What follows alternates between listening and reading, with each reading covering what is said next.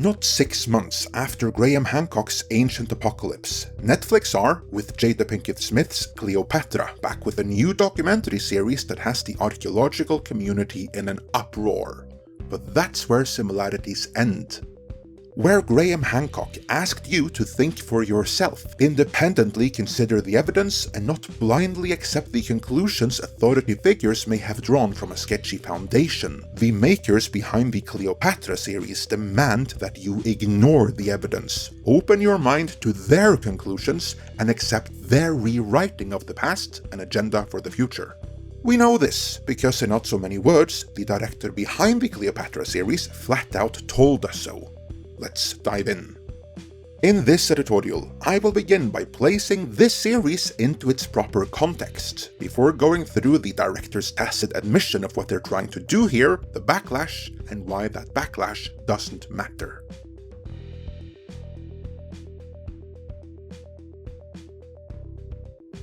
The Cleopatra series is actually season 2 of the series African Queens, produced by Jada Pinkett Smith. The first season was about Njinga, Queen of Ndongo and Matamba, while the upcoming second season is devoted to Cleopatra, portrayed by British mixed-race actress Adele James. I'm all for a series devoted to African queens, kings too for that matter.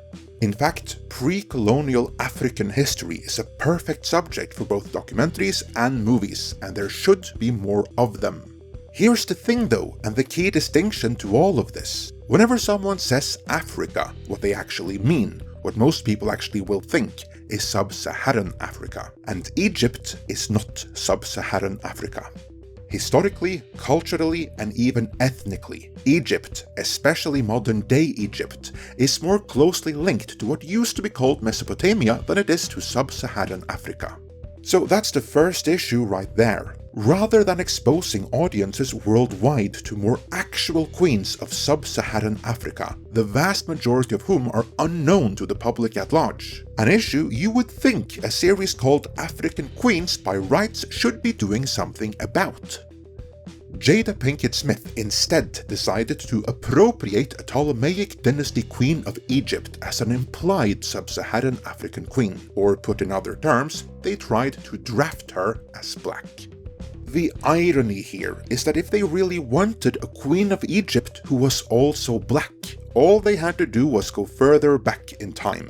Granted, the historical record gets more and more sketchy the further back in time we go, but there are dynasties where an argument at the very least could be made that they were black. Remember, there is a bigger gap in time between Cleopatra and the building of the pyramids than there is between Cleopatra and you, so there are plenty queens of Egypt to pick and choose from. But with Cleopatra, they chose the one where we have sufficient contemporary records to know for a fact that she was not black.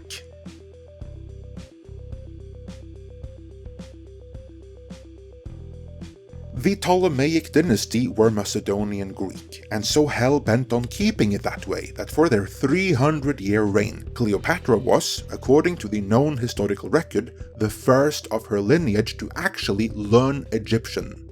Her parents, and their parents before them, and their parents before them again, spoke Greek, mostly married Greek, and lived the life of the Greek aristocracy, only on Egyptian soil with Egyptian stuff all around them. I mean, the Rosetta Stone, the key to interpreting hieroglyphs, is from this period, and it's functionally the Egyptian to Greek dictionary. Where complexion is concerned, Cleopatra probably looked a lot like Gal Gadot, which is consistent with contemporary depictions of her, of which there are a few. But can we really be sure of that though? In their write-up of events, the BBC quoted producer Jada Pinkett Smith as saying Cleopatra's heritage is highly debated, so surely there must be some debate, right? Wrong.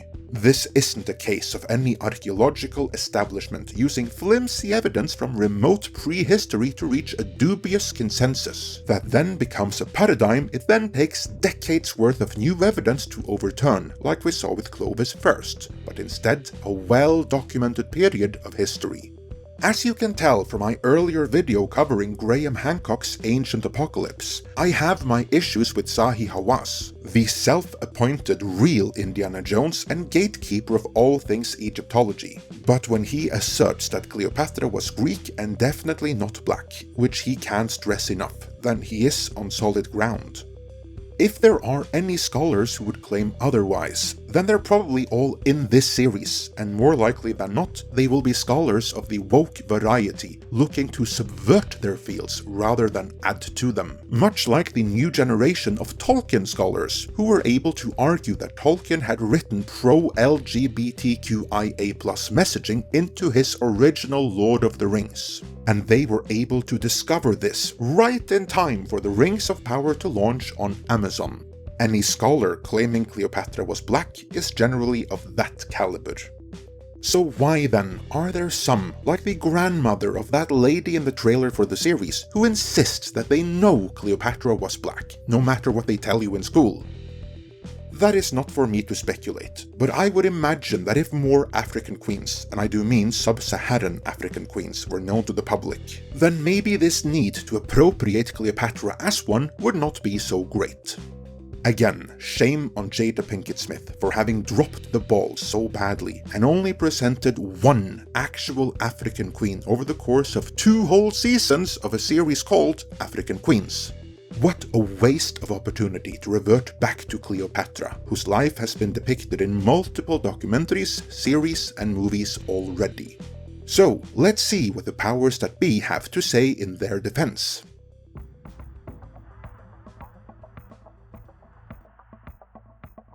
Director Tina Garabi spoke out in an April 21st piece in Variety, in which she made it abundantly clear that she had no intention of doing any kind of historically accurate depiction.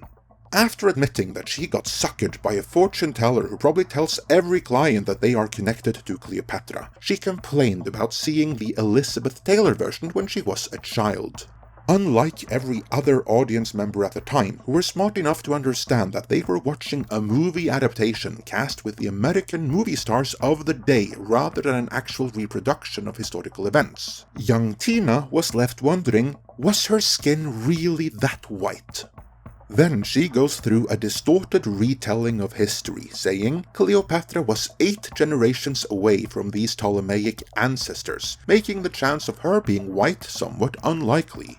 After 300 years, surely, we can safely say Cleopatra was Egyptian. She was no more Greek or Macedonian than Rita Wilson or Jennifer Aniston. Both are 1 generation from Greece. The difference, of course, is that Rita Wilson and Jennifer Aniston's family, upon leaving Greece, instantly integrated into American society, their kids being raised American. By contrast, and as I said before, the Ptolemy were the aristocracy. Cleopatra was the first of their line to learn Egyptian, but even she didn't mingle with the Egyptian plebe. This is the director trying and failing to lie to you. Then comes the key sentence. Doing the research, I realized what a political act it would be to see Cleopatra portrayed by a black actress. And there we have it. Remolding Cleopatra as black was not done in the name of any kind of historical accuracy, but purely as a political act. Meaning, everything she says from here must be interpreted as someone pushing a political agenda. Now comes the thought-stopping mechanisms as she asks the reader in an accusing manner, why shouldn't Cleopatra be a melanated sister? The correct answer here is because she wasn't one, so portraying her as one in the context of a documentary like this proclaims to be is falsification of history. But the accusatory, thought-stopping questions continue with, and why do some people need Cleopatra to be white? Her proximity to whiteness seems to give her value, and for some Egyptians it seems to really matter. Take note of this doublespeak and deliberate distortion. The reality is that there are some, such as this director, who need Cleopatra to be black. This is what appears to give her value to them, and this deliberate distortion of Egyptian history and iconography is evidently not well received in Egypt.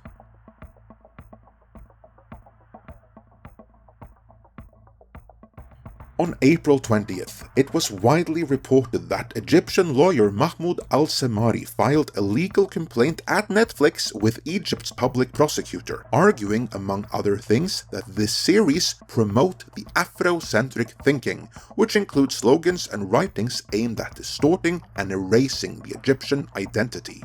He also called for an investigation into Netflix programming as a whole, which he argued was un-Islamic and something Egypt should consider banning. Director Tina Garabi did not take this well.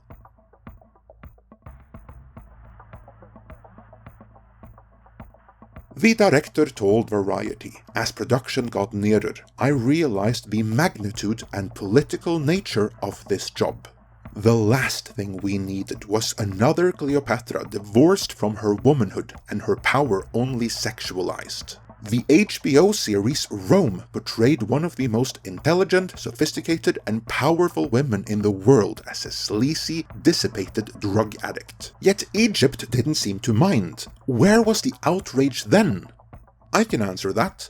There was no outrage, because while not the most well-known, and despite this overt misrepresentation, Lindsay Marshall's portrayal of Cleopatra in Rome may be the single most accurate to date. She was portrayed as intelligent, sophisticated, and shrewd, weaponizing her sexuality to exert control over the respective leaders of Rome, knowing full well that was her only means of staying not just in power, but alive. That director Tina Garabi failed to recognize this speaks volumes of her ability as a director, or lack thereof. And if you have not seen Rome, I cannot recommend it highly enough. Check it out and thank me later. But continuing with the response to the Egyptian backlash, Garabi writes, "Perhaps it's not just that I've directed a series that portrays Cleopatra as black, but that I have asked Egyptians to see themselves as Africans, and they're furious at me for that. I'm okay with this." No, what she did was ask Egyptians, today a majority Arab nation, to see itself as sub-Saharan Africa. That, evidently, did not go down well. But then we get to the real goal of all of this.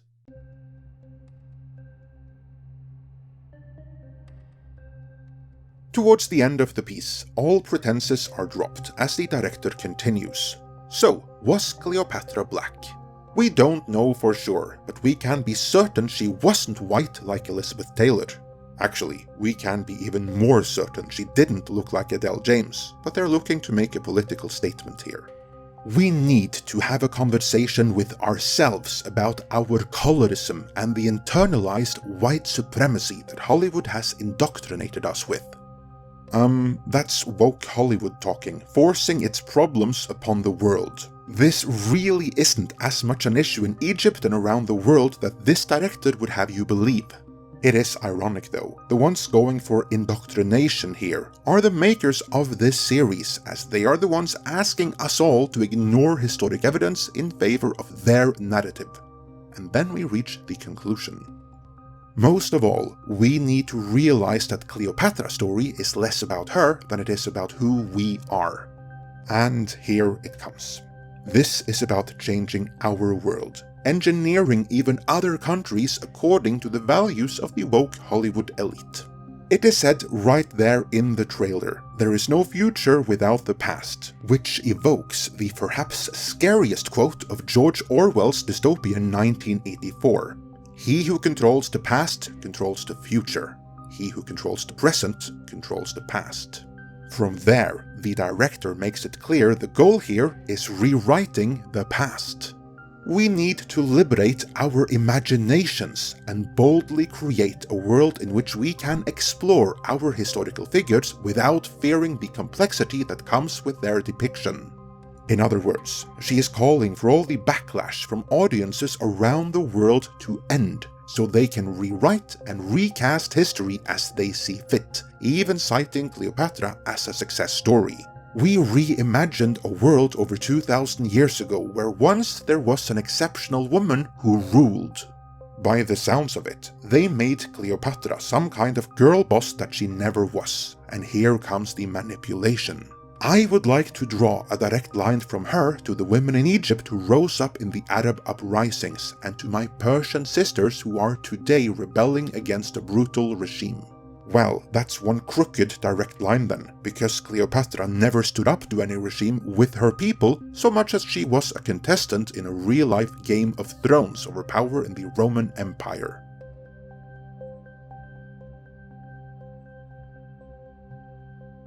It should be noted that apart from anyone with an interest in preserving history in general and from Egypt in particular, there hasn't really been any backlash of note. Most press coverage is devoted to describing the controversy. Many point out that by all accounts, the casting here doesn't reflect what Cleopatra actually looked like, but beyond that, little is added. The series will still come out in a few weeks. Netflix probably won't lose more than a few subscribers over it, and so it's a win for those wanting to rewrite and reimagine history. Because of this series, in the years to come, many more will join the "I don't care what they teach in school, my grandma says Cleopatra was black" school of thought, and there will be a documentary to further that distortion. But even so, I look forward to the reactions when the series itself is released. Because judging from what the director said, the color of Cleopatra's skin is literally barely scratching the surface of changes they will have made to written history. Will the outlets and interest groups that demanded Graham Hancock's Ancient Apocalypse ideally be banned, but at the very least be reclassified as fiction, demand the same of Cleopatra? Or will, as I suspect, a different standard be applied? And if so, why? We will find out soon, and I will be here to cover it, so please hit that subscribe so you don't miss out on that. For now, let me know your thoughts on this in the comments.